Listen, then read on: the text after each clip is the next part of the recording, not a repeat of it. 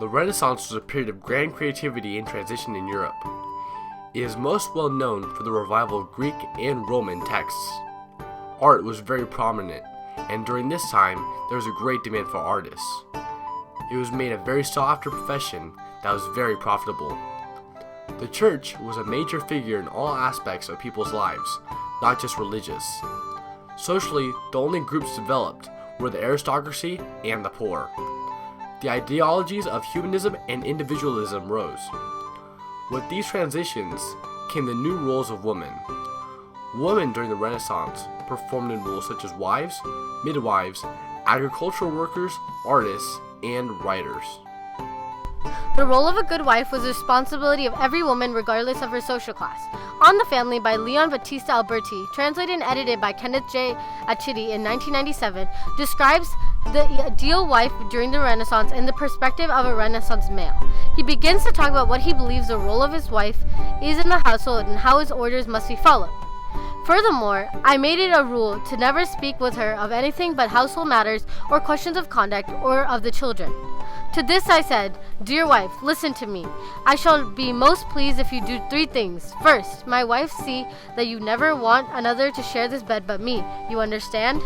The second I said was that she should take care of the household, preside over it with modesty, serenity, tranquility, and peace. That was the second point. The third thing I said was that she should see nothing went wrong in the house. Now she would gladly learn from me how to rule the family and whatever I might wish to teach her. During this time period, physicians were not considered appropriate when it came to delivering babies because of men coming close to a woman's body. Instead, midwives were available to deliver babies, serve various religious functions, distribute public welfare, and give testimony in legal cases. They also filled a semi-governmental role in hospitals where they attended pregnant poor women, cared for patients, administered work in bookkeeping, led prayers, and carried admission examinations. They were also assigned to distribute clothing and food to poor women and to discipline women that were not meeting midwife standards. They reported these women in an annual report to City Council. A famous French and royal midwife was Louise Bourgeois. She learned anatomy and surgery from her husband, who was a well-known physician during that time. She supervised and delivered about 2,000 births. One of these births was Marie de Medici's baby, who would later become King Louis XIII. She also wrote an attack on a group of male physicians that birthed children without medical training of it. The hardest working Renaissance women were agricultural laborers. Although rural men and women customarily performed different tasks, women were also in charge of performing men's work. Women were recorded for being paid to weed, sell seeds, picking and planting strawberries, and relieving a servant who was sick. They also cared for olive groves, raised mulberry trees, harvested grapes, and tended silkworms. Despite all of the work they did, they were only paid half of men, whether it be money or a meal. Beyond fieldwork, they made different ingredients such as butter, vinegar, yeast, and cheese. Lastly, women were also miners. Although mining was a job for both husband and wife, only the husband received the pay and recognition. Renaissance women contributed highly to the artistic culture of that era. In most cases, the woman has strong artistic influence from their fathers. Such is the case with Sophisba and Guisela. She is heralded as the first great woman artist of the Renaissance. Skilled in portraiture, she was praised for her ability and technical competence, and the ability to bring her subjects to life. She was educated by her father and Bernardo Campi, and she was also hired in 1559 as King Philip II's court portraitist. She painted a famous work titled The Chess Game. The artist Giorgio Vasari highly praised it.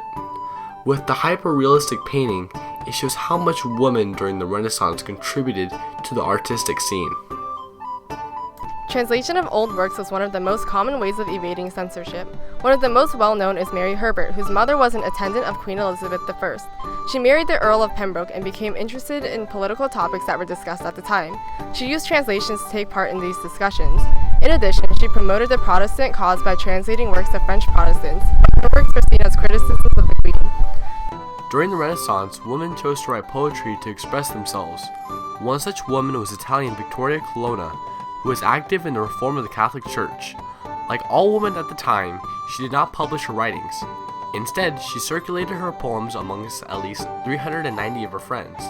At 17, she got married, but after 1 year together, her husband left to war where he lost his life. Most of Colonna's poems were written after her death, but one poem survives from her married year. voicing the fears of women left behind when men go to war. Elizabeth I also translated and wrote poetry.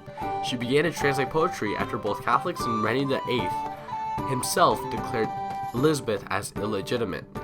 She chose to translate verses from a Roman poet, Boethius, who suggested that because all people are children of God, they are all legitimate unless they commit bad deeds.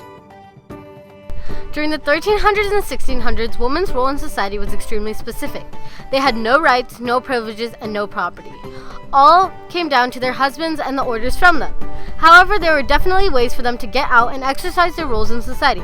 Their duties of caregiving and raising a family were what they used outside of their household for jobs. That too had to be approved by their husbands, who ended up taking all that was made. Many women also painted and created art during this period of time that was dominated by patrons and selling of art. The very little that were educated even wrote poetry and literature. Renaissance women empowered their femininity and established under their husbands and fathers. Although Renaissance men dominated the society, women did have an impact. They grew incredibly and slowly began to gain rights and a name.